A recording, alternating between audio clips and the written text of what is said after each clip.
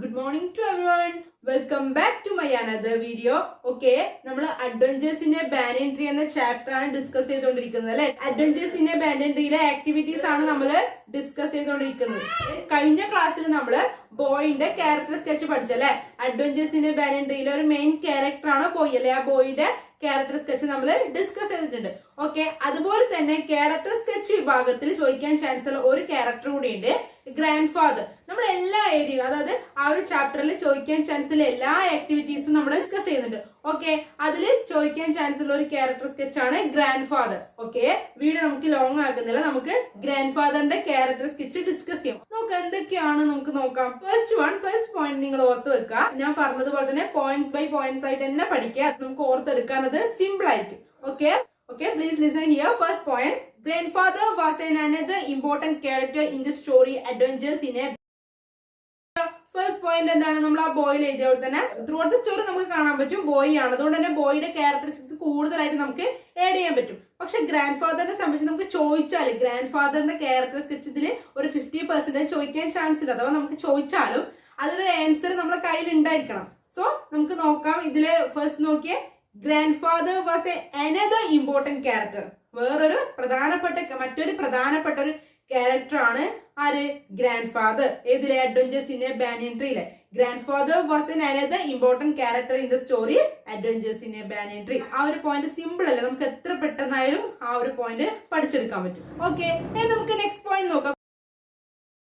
Next പോയിന്റിലേക്ക് പോവാം. The boys grand father in the story adventures in a banyan tree is 65 years old.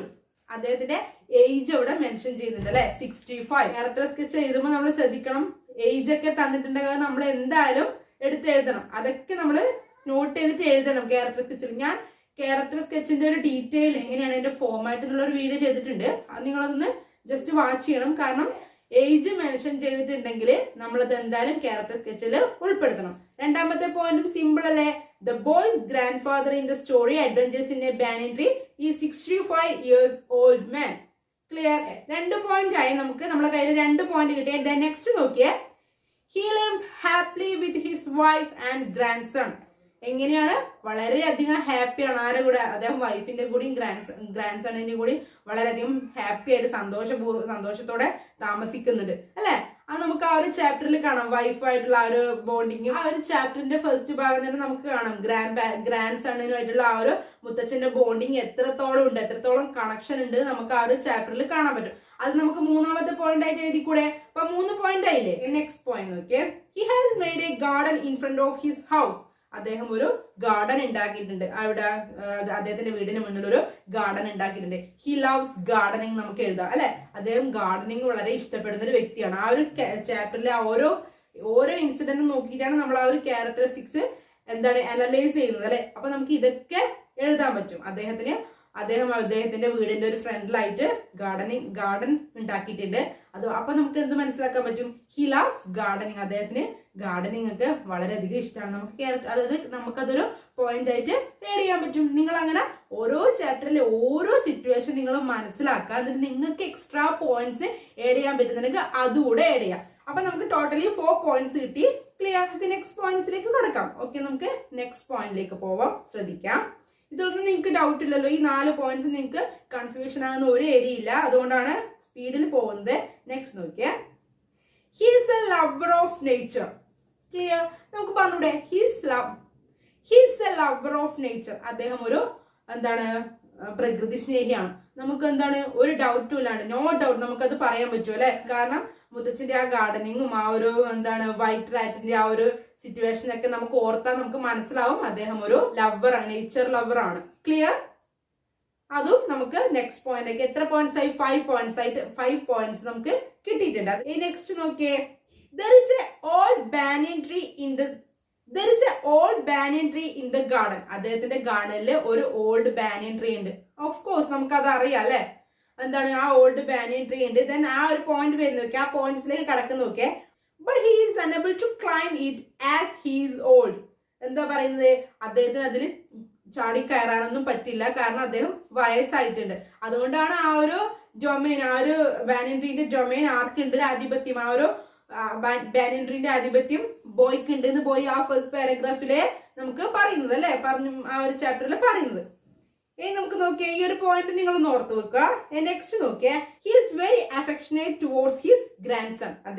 അദ്ദേഹത്തിന്റെ ചെറുമകനോട് ഒരുപാട് സ്നേഹമുണ്ട്, വളരെയധികം വാത്സല്യമുണ്ട് എന്ന അർത്ഥത്തിലാണ് പറയുന്നത്. ക്ലിയർ? നെക്സ്റ്റ് പോയിന്റ് നോക്കിയേ. He is happy to hear that the mongoose has won in the battle with the cobra. എന്താണ് ആ കോബ്രയും മംഗൂസും തമ്മിലുള്ള ഫൈറ്റില് മംഗൂസ് ആണ് വിൻ ചെയ്തെന്ന് അറിഞ്ഞപ്പോ മുത്തച്ഛന് ഒരുപാട് സന്തോഷമായി അല്ലെ. അതുകൊണ്ടാണ് മംഗൂസിനെയാണ് മുത്തച്ഛൻ സപ്പോർട്ട് ചെയ്യുന്നത്. നോക്കിയേ, he supports the mongoose to live in the garden. ആരാണ് ആ ഗാർഡനിൽ താമസിക്കാൻ വേണ്ടി മംഗൂസിനെ സപ്പോർട്ട് ചെയ്യുന്നത്? മുത്തച്ഛനാണ് അല്ലെ. അതുകൊണ്ട് തന്നെ മുത്തച്ഛന് ഒരുപാട് സന്തോഷം ഉണ്ടാവും. ആ രണ്ട് പോയിന്റ്സ് നിങ്ങൾ കണക്ട് ചെയ്ത് എഴുതണേ. He is very happy to hear that the mongoose has won in the battle with cobra. He supports the mongoose to live in the garden. ഈ ഒരു രണ്ട് സെന്റൻസ് നിങ്ങൾ കണക്ട് ചെയ്ത് എഴുതണം. ഓക്കെ, നെക്സ്റ്റ് പോയിന്റ് നോക്കിയേ. He brings home a white rat from the bazaar. അതായത് നമ്മൾ പറയുന്നുണ്ട് വൈറ്റ് റാറ്റിനെ കൊണ്ടുവന്നത് മുത്തച്ഛനാണ് അല്ലെ. വൈറ്റ് റാറ്റിനെ കൊണ്ടുവന്നത് മുത്തച്ഛനാണ്. അപ്പൊ നമുക്ക് എന്ത് മനസ്സിലാവും? മുത്തച്ഛൻ എന്തിനോട് ഒരു പെറ്റ് ലവർ ആണെന്ന് കൂടെ നമുക്ക് ഈ ഒരു ഇൻസിഡന്റ്, ഈ ഒരു സിറ്റുവേഷൻ നമുക്ക് മനസ്സിലാക്കാൻ പറ്റൂലേ. മുത്തച്ഛനാണ് വൈറ്റ് റാറ്റിനെ കൊണ്ടുവന്നതെന്ന് പറഞ്ഞു. അപ്പൊ നമുക്ക് മനസ്സിലാക്കാൻ പറ്റും അദ്ദേഹം ഒരു പെറ്റ് ലവർ ആണ്. He's a lover of pets. അദ്ദേഹം ഒരു പെറ്റ് ലവർ ആണെന്ന് നമുക്ക് പറയാൻ പറ്റും. He's a man who loves pet അല്ലെ. അദ്ദേഹം ഒരു പെറ്റ് ലവർ ആണെന്ന് പറയാൻ പറ്റും. ഇനി വേറെ നോക്കിയേ, നെക്സ്റ്റ് പോയിന്റ് നോക്കിയേ. He teaches the boy to love nature and the creatures in it. അദ്ദേഹം എന്ത് ചെയ്യുന്നുണ്ട്? ആ ബോയിനെ നേച്ചറിനെ ഇഷ്ടപ്പെടാൻ പഠിപ്പിക്കുന്നുണ്ട്. അതുപോലെ തന്നെ നേച്ചറിൽ അടങ്ങിയിരിക്കുന്ന ജീവജാലങ്ങളെ ഇഷ്ടപ്പെടണമെന്ന് മുത്തച്ഛൻ അവനെ ടീച്ച് ചെയ്യുന്നുണ്ട്. ഓക്കെ, ഓൾമോസ്റ്റ് എല്ലാ ഏരിയയിലും ഞാൻ ഓരോ പോയിന്റ്സ് എടുത്തിട്ടുണ്ട് ചാപ്റ്ററിലെ. നിങ്ങൾക്ക് എക്സ്ട്രാ പോയിന്റ്സ് ആഡ് ചെയ്യാം. ഇതിൽ നിന്ന് മുത്തച്ഛന്റെ ക്യാരക്ടർ ഈ ഒരു ചാപ്റ്റർ വായിക്കുമ്പോൾ ഇതിൽ എക്സ്ട്രാ പോയിന്റ്സ് നിങ്ങളെ മൈൻഡിലേക്ക് വരുന്നുണ്ട്. നിങ്ങൾ ക്ലിയർ? നിങ്ങൾ നമുക്ക് ഏത് ക്യാരക്ടർ സ്കെച്ച് ചോദിച്ചാലും നമ്മുടെ കയ്യിൽ ആൻസർ ഉണ്ടാവണം. അതുകൊണ്ടാണ് നമ്മൾ മൈന്യൂട്ട് ആയിട്ടുള്ള ഏത് ക്യാരക്ടർ ആയാലും, ഫോർ എക്സാമ്പിൾ അത്ര ഇമ്പോർട്ടന്റ് അല്ല നിങ്ങൾക്ക് തോന്നുന്ന ക്യാരക്ടർ വരെ നിങ്ങൾ ആ ഒരു ജസ്റ്റ് ഒന്ന് ക്യാരക്ടർ സ്കെച്ച് ചെയ്യുന്നതായിരിക്കും നിങ്ങളൊന്ന് നോട്ട് ചെയ്യണം. പിന്നെ നിങ്ങൾക്ക് ലാസ്റ്റ് എൻഡ് ചെയ്യുമ്പോൾ ഞാൻ ഒന്നുകൂടെ പറയാം. മുത്തച്ഛൻ്റെ ഇത്രയും ക്യാരക്ടർ സ്കെച്ച് പറഞ്ഞ സ്ഥിതിക്ക് നമ്മൾ ലാസ്റ്റ് എന്ത് ചെയ്യുക, ഇങ്ങനെ കൂടെ ഒന്ന് പറഞ്ഞ് ക്യാരക്ടർ സ്കെച്ച് എഴുതുമ്പോൾ ഒന്ന് വൈൻഡ് അപ്പ് ചെയ്യുമ്പോൾ ശ്രദ്ധിക്കാം. When we analyze this character, we can understand that grandfather is great lover of nature. നമുക്ക് ബോയിൽ എഴുതിയ പോലെ the grandfather is great lover of nature. ഗ്രാൻഡ്ഫാദറും ഒരു നേച്ചർ ലവർ ആണെന്ന് നമുക്ക് ഈ ഒരു ചാപ്റ്ററിൽ നിന്ന് മനസ്സിലാകുന്നുണ്ട്. നേച്ചറിനെ ഇഷ്ടപ്പെടുന്ന ഒരാളാണ്, അതിന് നേച്ചർ ലവർ ആണെന്ന് നമുക്ക് മനസ്സിലാകുന്നുണ്ട് എന്നൊക്കെ പറഞ്ഞിട്ട് നമുക്ക് വൈൻഡ് അപ്പ് ചെയ്യാം. ലിറ്റററി ഫോം ആണ്. നമുക്ക് പറ്റുന്ന എത്രത്തോളം എക്സാജറേറ്റ് ചെയ്തിട്ട് നല്ല ബ്യൂട്ടിഫുൾ ആയിട്ട് സെന്റൻസ് മേക്ക് ചെയ്ത് എഴുതാൻ പറ്റും. അതൊക്കെ നിങ്ങളെ മാർക്സ് സ്കോർ ചെയ്യാനുള്ള ഒരു ടെക്നിക്കാണ്. ലാസ്റ്റ് ഒക്കെ നിങ്ങൾ ഞാൻ പറഞ്ഞതൊക്കെ എഴുതി വെക്കുക.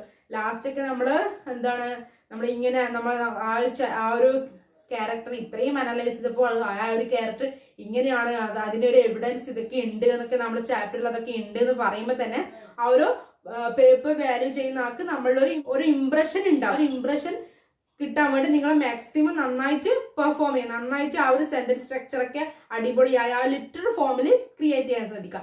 അല്ലാത്ത പക്ഷെ നമുക്ക് വെറും പോയിന്റ്സ് മാത്രമേ കിട്ടുന്നുള്ളൂ. ജസ്റ്റ് ഒന്നും കിട്ടുന്നില്ലെങ്കിൽ നിങ്ങൾ അത്യാവശ്യം ഈ പോയിന്റ്സ് എങ്കിലും എഴുതി വെക്കുക. ഓക്കെ, ഇനി ഞാൻ നിങ്ങൾക്ക് പറയുന്ന കാര്യങ്ങൾ നിങ്ങൾ ശ്രദ്ധിക്കുക. ഒരു ചാപ്റ്റർ നമ്മൾ പഠിക്കുന്ന സമയത്ത് ആ ചാപ്റ്ററിൽ വരാൻ ചാൻസ് ഉള്ള ക്യാരക്ടേഴ്സ് ഒക്കെ നമ്മൾ നോട്ട് ചെയ്യുക. ചിലപ്പോൾ നിങ്ങളെ ടെക്സ്റ്റിൽ ഒരു ക്യാരക്ടർ സ്കെച്ച് മാത്രമേ ഉള്ളൂ എങ്കിൽ നിങ്ങൾ അത് മാത്രം പഠിക്കരുത്. നിങ്ങൾ എന്ത് ചെയ്യുക, ആ ഒരു ചാപ്റ്ററിൽ ക്യാരക്ടർ സ്കെച്ചിന്റെ ഏത് ചോദിക്കാൻ ചാൻസ് ഉള്ള ക്യാരക്ടേഴ്സ് നോട്ട് ചെയ്യുക.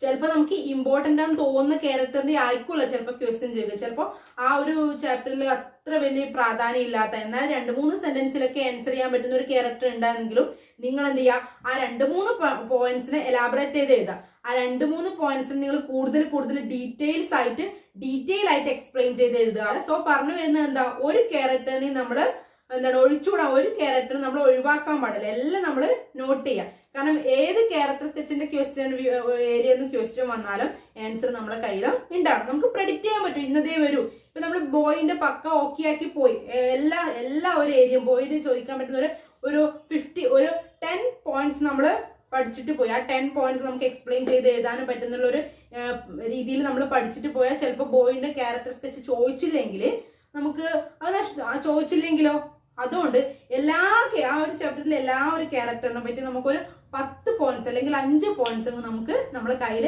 ഉണ്ടാവണം. ആ ഒരു 5 പോയിന്റ്സ് നമ്മളെ കയ്യിൽ കിട്ടിയാൽ പിന്നെ അതൊന്ന് എക്സ്പ്ലെയിൻ ചെയ്ത് എഴുതിയാൽ മതി. അപ്പോഴേക്ക് തന്നെ അത്യാവശ്യം ഒരു ലെങ്ത്തിൽ നമുക്കൊരു ആൻസർ കിട്ടും. ഓക്കെ, നിങ്ങൾ പോയിന്റ്സ് ബൈ പോയിന്റ്സ് ആയിട്ട് തന്നെ പഠിക്കാൻ ശ്രദ്ധിക്കുക. അതാകുമ്പോൾ നിങ്ങൾക്ക് കൂടുതലാവും. First point, second point, third point.